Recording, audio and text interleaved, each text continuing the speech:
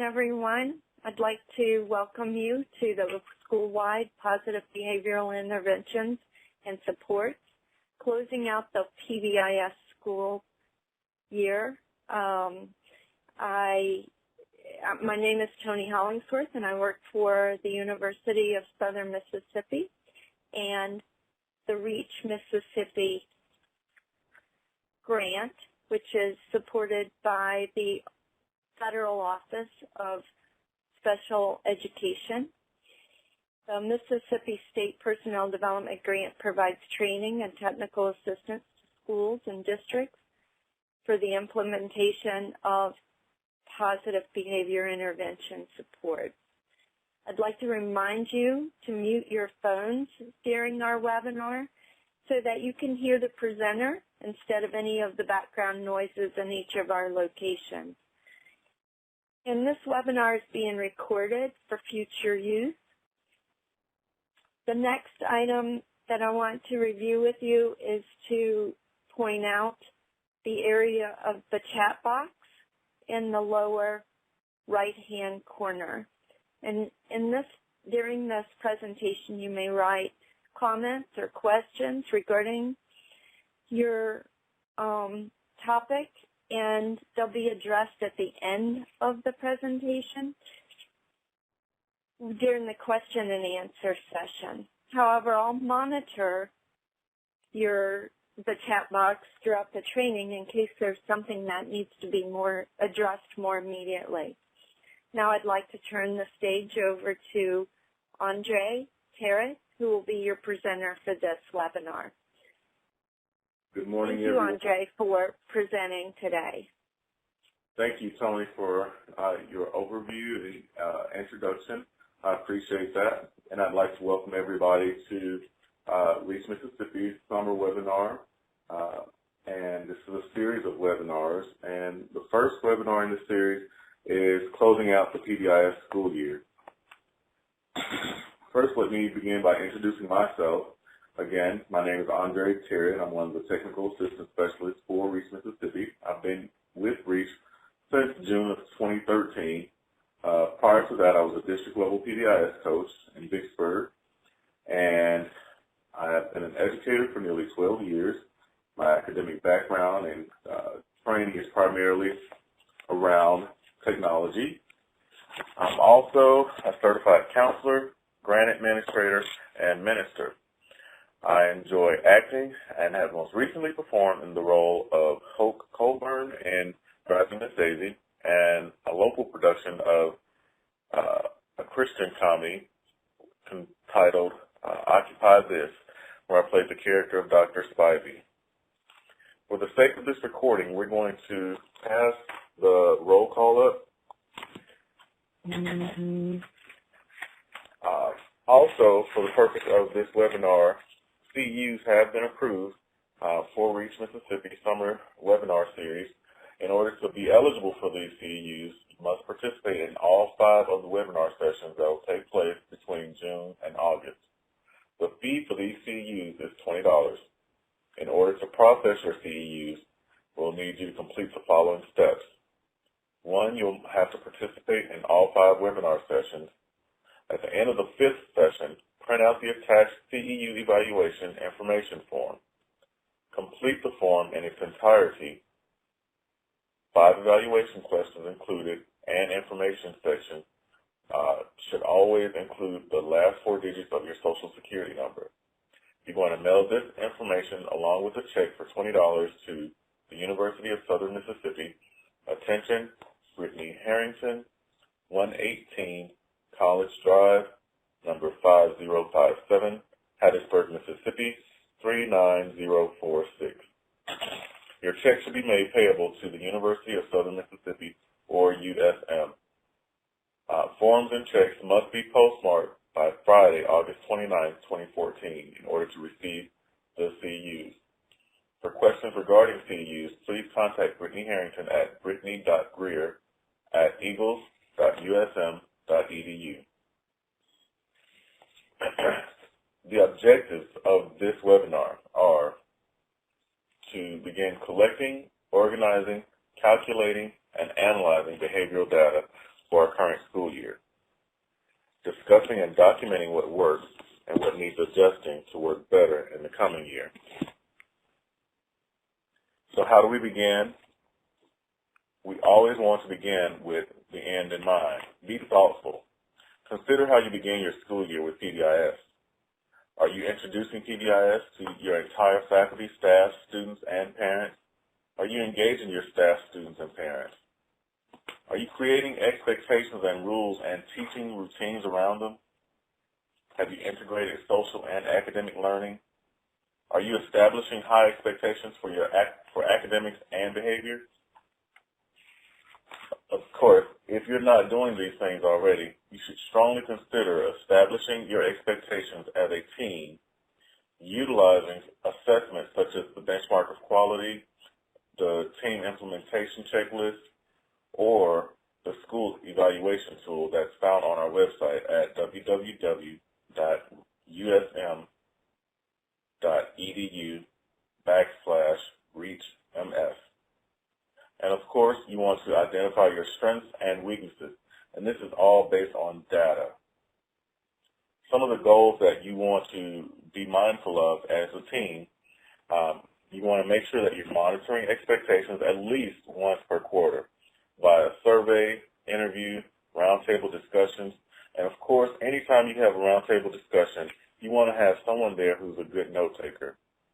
You need to be willing and able to engage all of your staff, including your custodial, secretarial, and cafeteria staff. Create comprehensive expectations and rules based on data-derived needs. And you want to make sure you're always using varied methods of evaluation, whether it's survey, interviews, roundtable discussion, etc. By changing the evaluation tool from time to time, you're better able to gauge what's going on and how things are being implemented at your school. You want to be sure that as a team, you're sharing responsibilities of growing both academically and socially. And this is really where PBIS kicks in. The PBIS team as a whole, or your school's leadership team, should be involved in ongoing training. You want to be able to provide regular ongoing training to all of your staff and your students. I strongly encourage you to encourage parent volunteers to participate in ongoing training of PBIS as well. They can be huge supporters of the implementation of PBIS at your school. All training does not require travel or a lot of planning. You can develop your team-led training opportunities right there at your school. There are a lot of resources available on the internet. Excuse me. There are resources available on the internet that you can utilize to develop team-led training right there at your school. But also look at our website, the usm.edu/reachms. If you go under professional development, for example, there are a lot of opportunities for you to participate in some of our trainings, which are typically located in the central part of the state, or regional training opportunities. And those are also on our website under professional development, and you'll see where our trainings are going on all over the state of Mississippi. You want to recognize the initiatives of your faculty and staff and your students.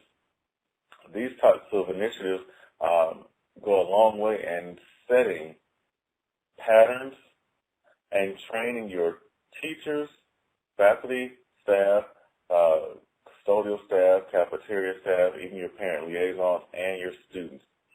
What is expected and acceptable in the setting. You want to reinforce growth no matter how big or small.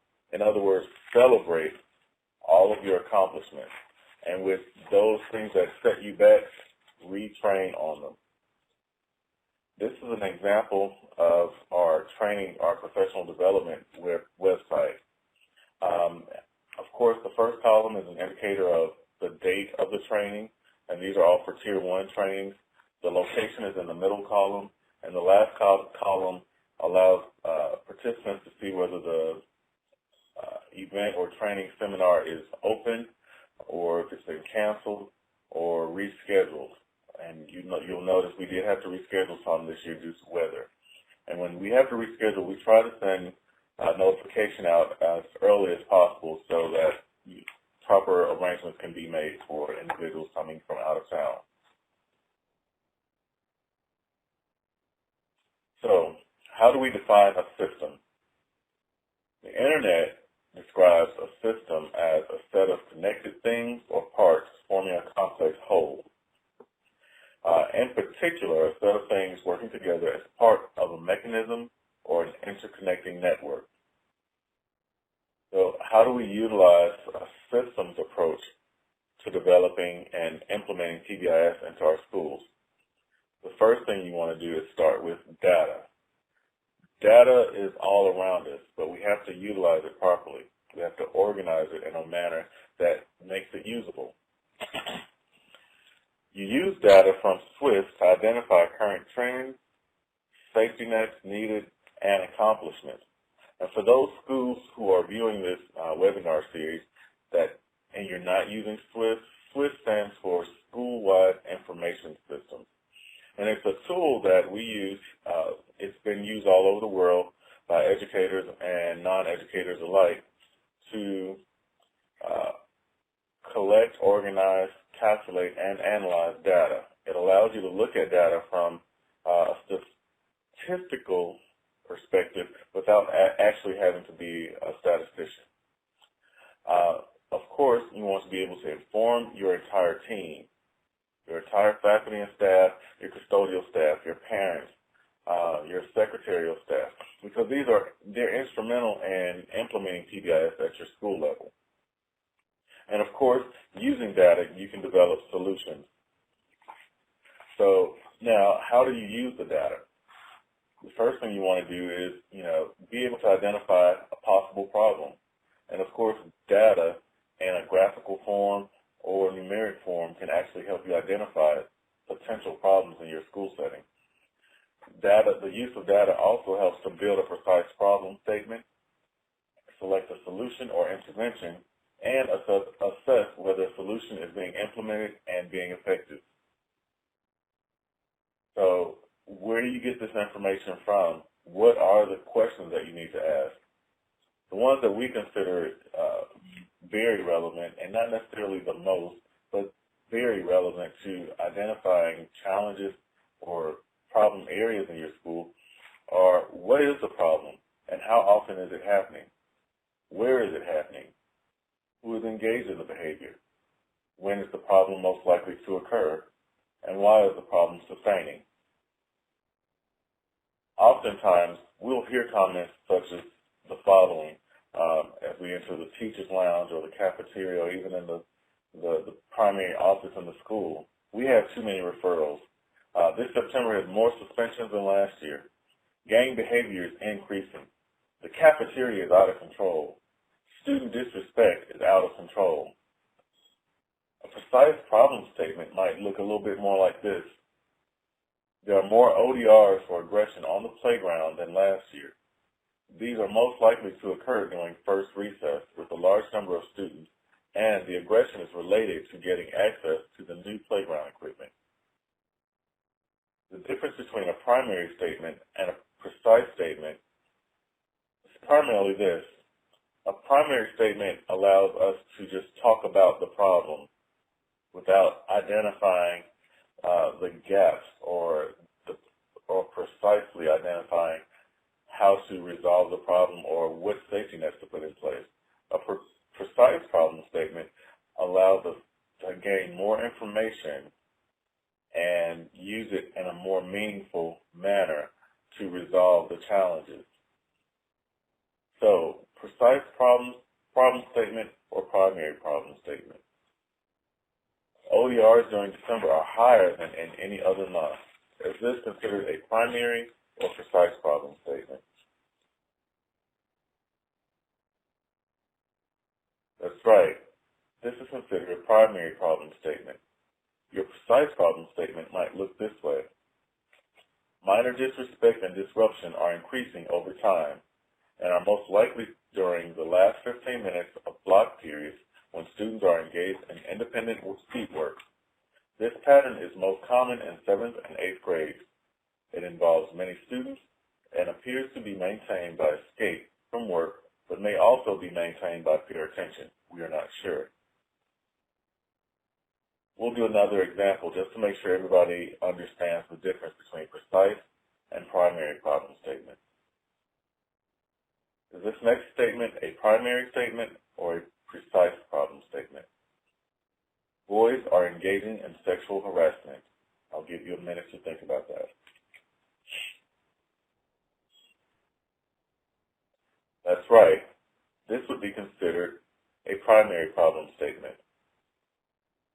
Precise problem statements would look like this. 3 fifth-grade boys are name-calling and touching girls inappropriately during recess in an apparent attempt to obtain attention and possibly unsophisticated sexual expression. So now where do we get the data from? With PBIS, we're strongly considering looking at what we call the Big Five.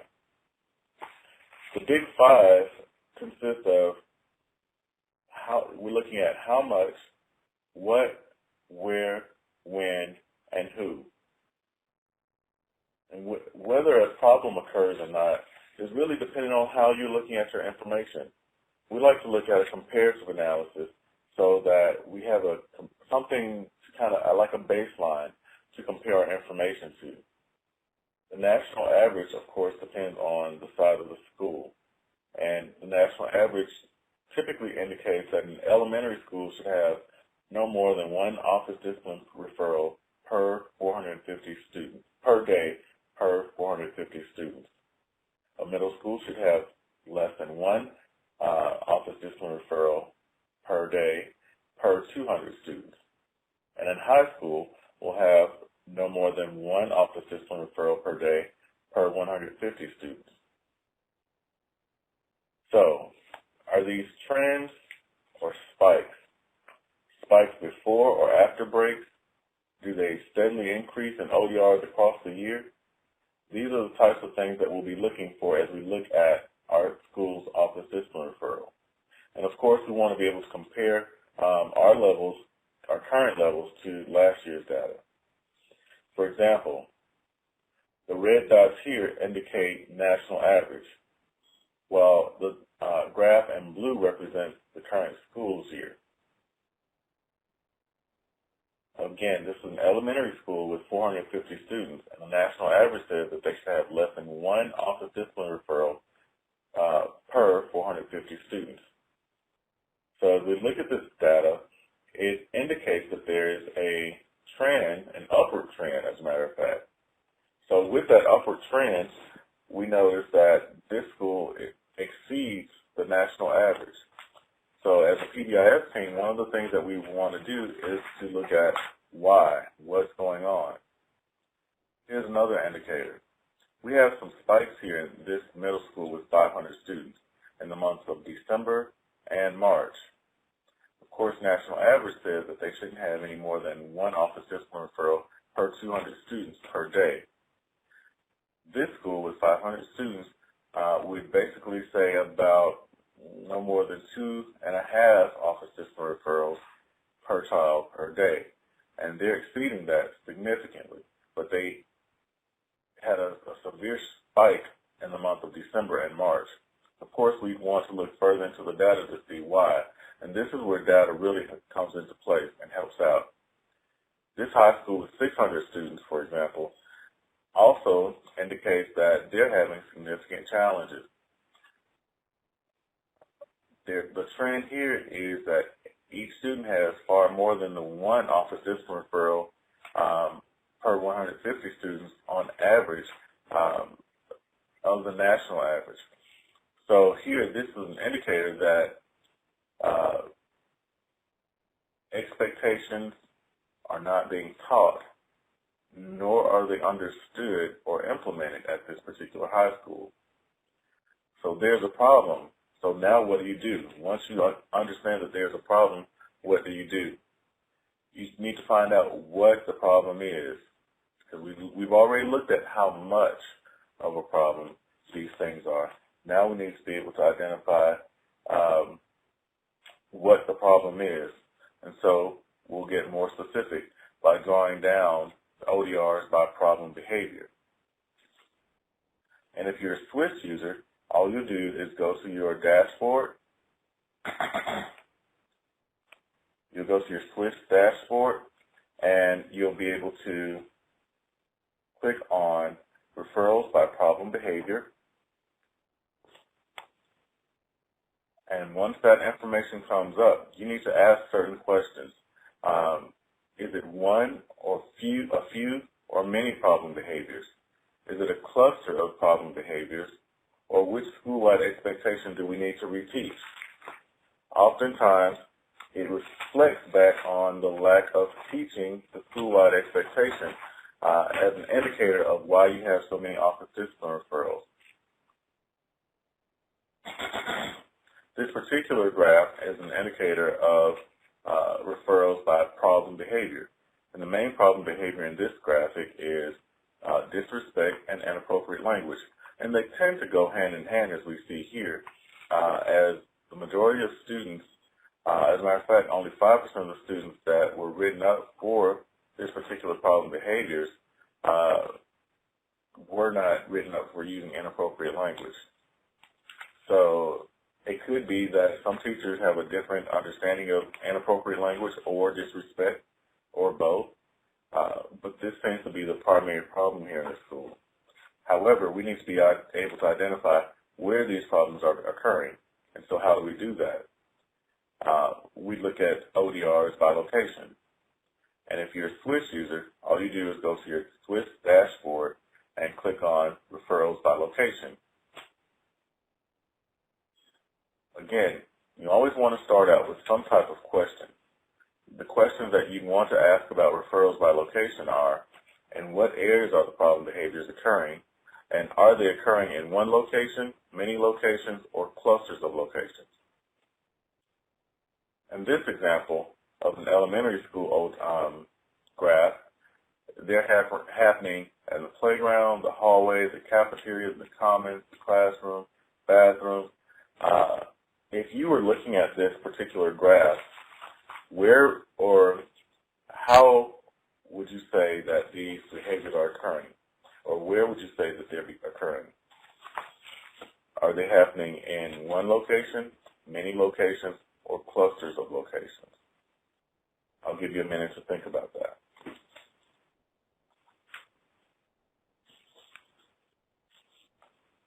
That's right. They're occurring in many locations. If you would, look at the next slide, and we'll try to look at or indicate when the ODRs are occurring by time of day. So again, if you're a SWIS user, the main thing you're going to be looking at is ODRs by time of day. But in looking at that data, you still need to ask yourself some questions. What time are the problem behaviors occurring? How do the times compare to the daily schedule? How does this compare to referrals by location?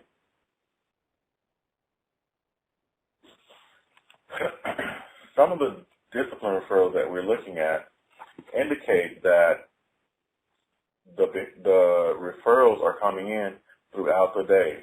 So from the very beginning of school to the end of the day, they're having significant challenges. As a matter of fact, looking at this data, there's only one time that they're really not having any challenges, and that's around the 1:45 hour. So that could possibly be the bathroom break time. But that's the only hour of the day that this particular school is not seeing any office discipline referrals. So again, an indicator that expectations are not being taught, that means they're not understood, or they're not being taught at all.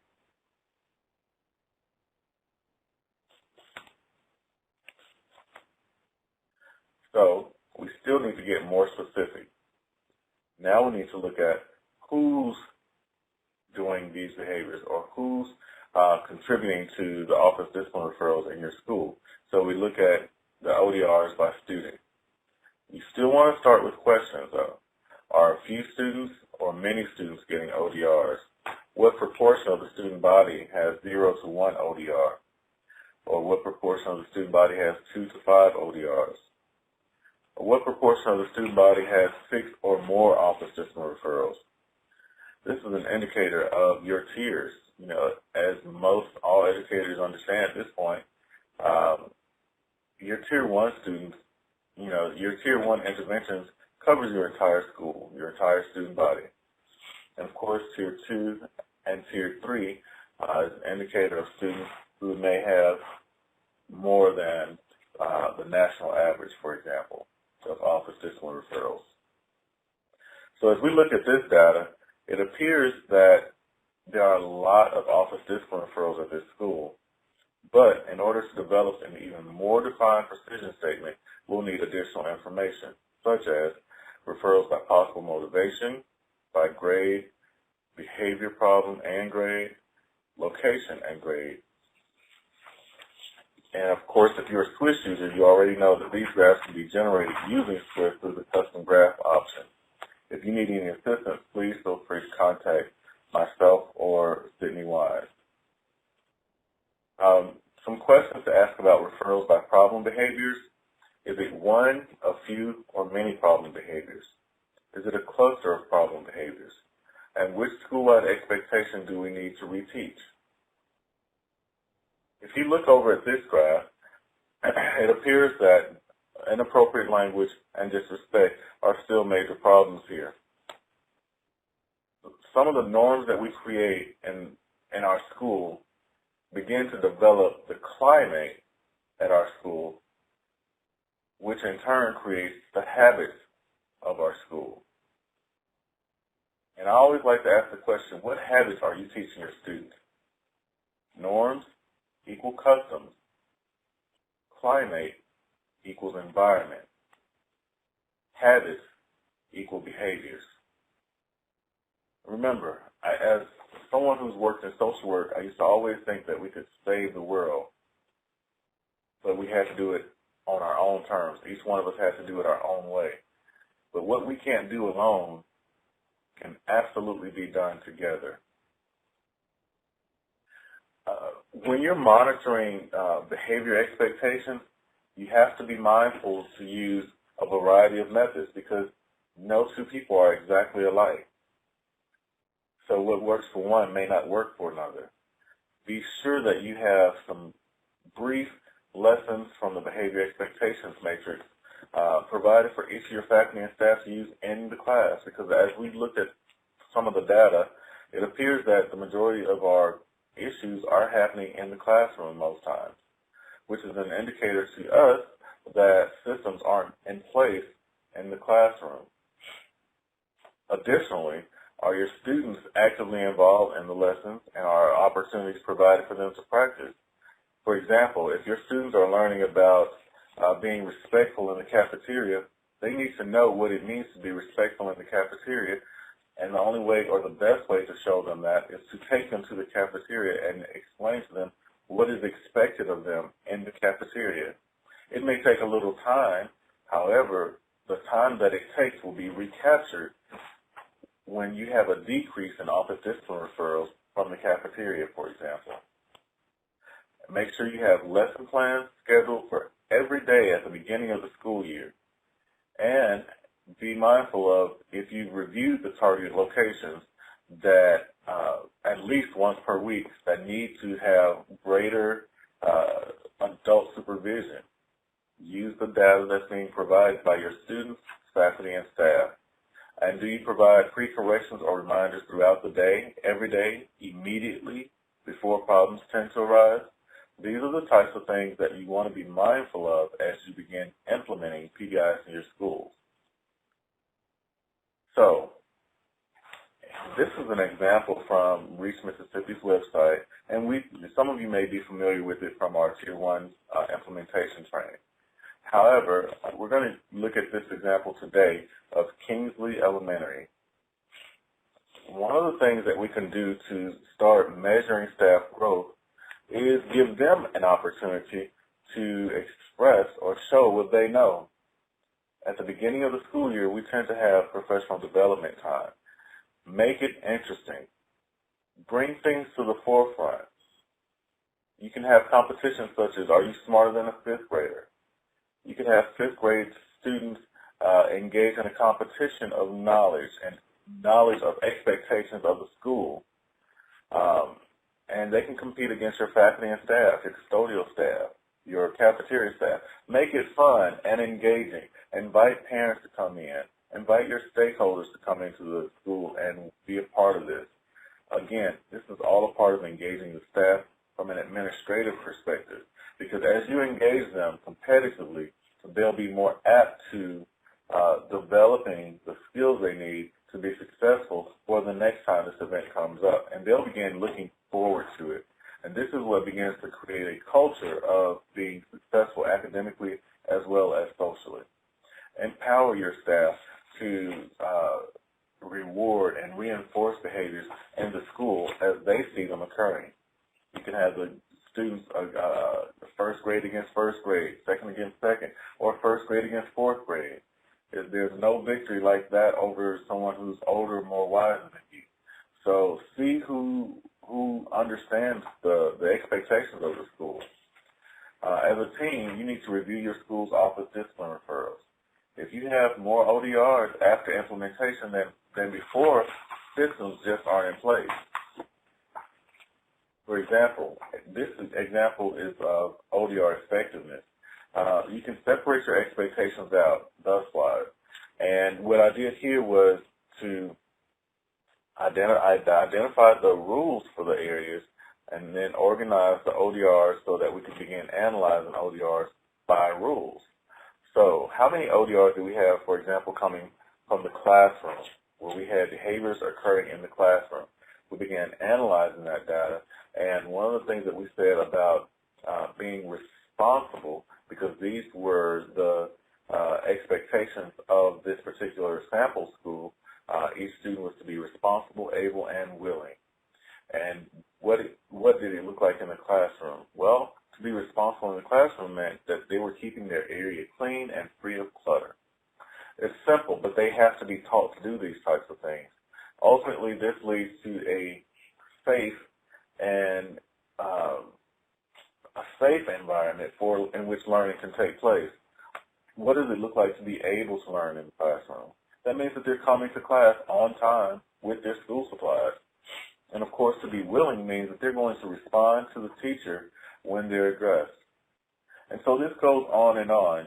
You know, you need to be able to show your faculty and staff and explain to them what it looks like to be responsible in the hallway, for example. That means they're keeping their hands, and this is not just for the students.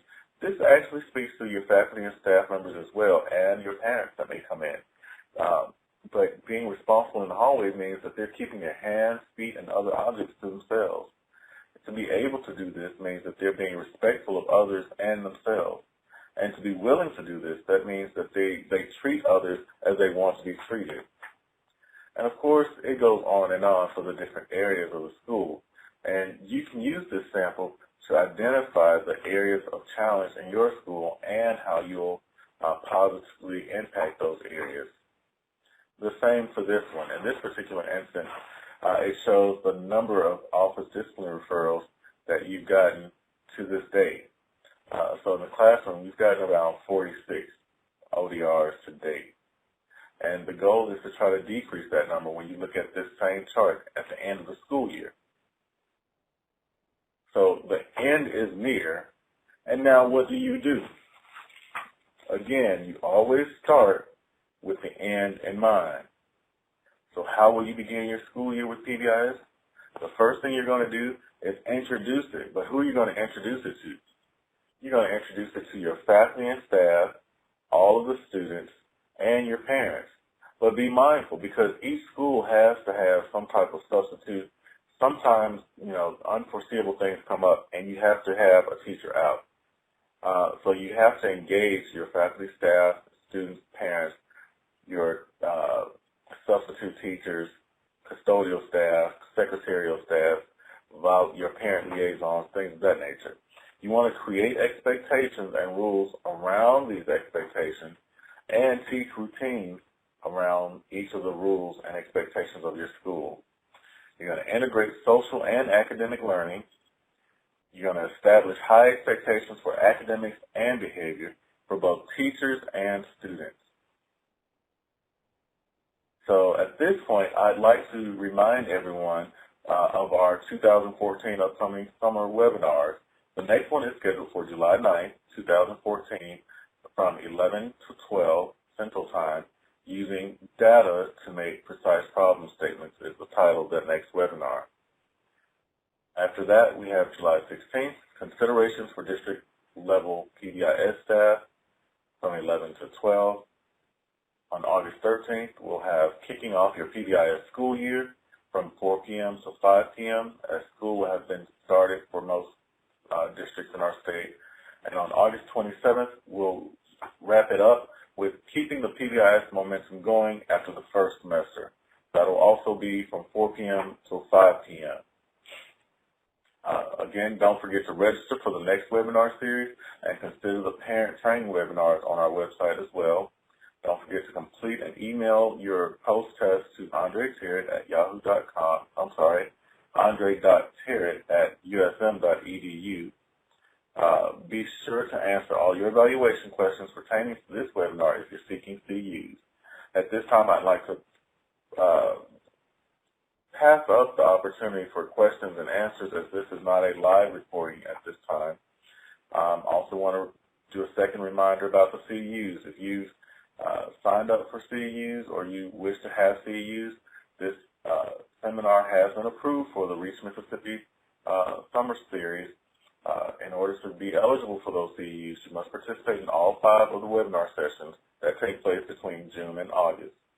The fee for these CUs is $20, and in order to process your CUs, we'll need you to complete all the following steps. Participate in all 5 webinar sessions. At the end of the 5th session, print out the attached CEU evaluation information form. Complete the form in its entirety. Be sure that you include the last 4 digits of your Social Security number on the information section of the form, and mail this information along with your check for $20 to the University of Southern Mississippi. If you have any questions, feel free to contact Brittany Harrington at brittany.greer@eagles.usm.edu. If you have any questions, this is my contact information, andre.terrett@usm.edu, and the best way to contact me is either email or on my office number here.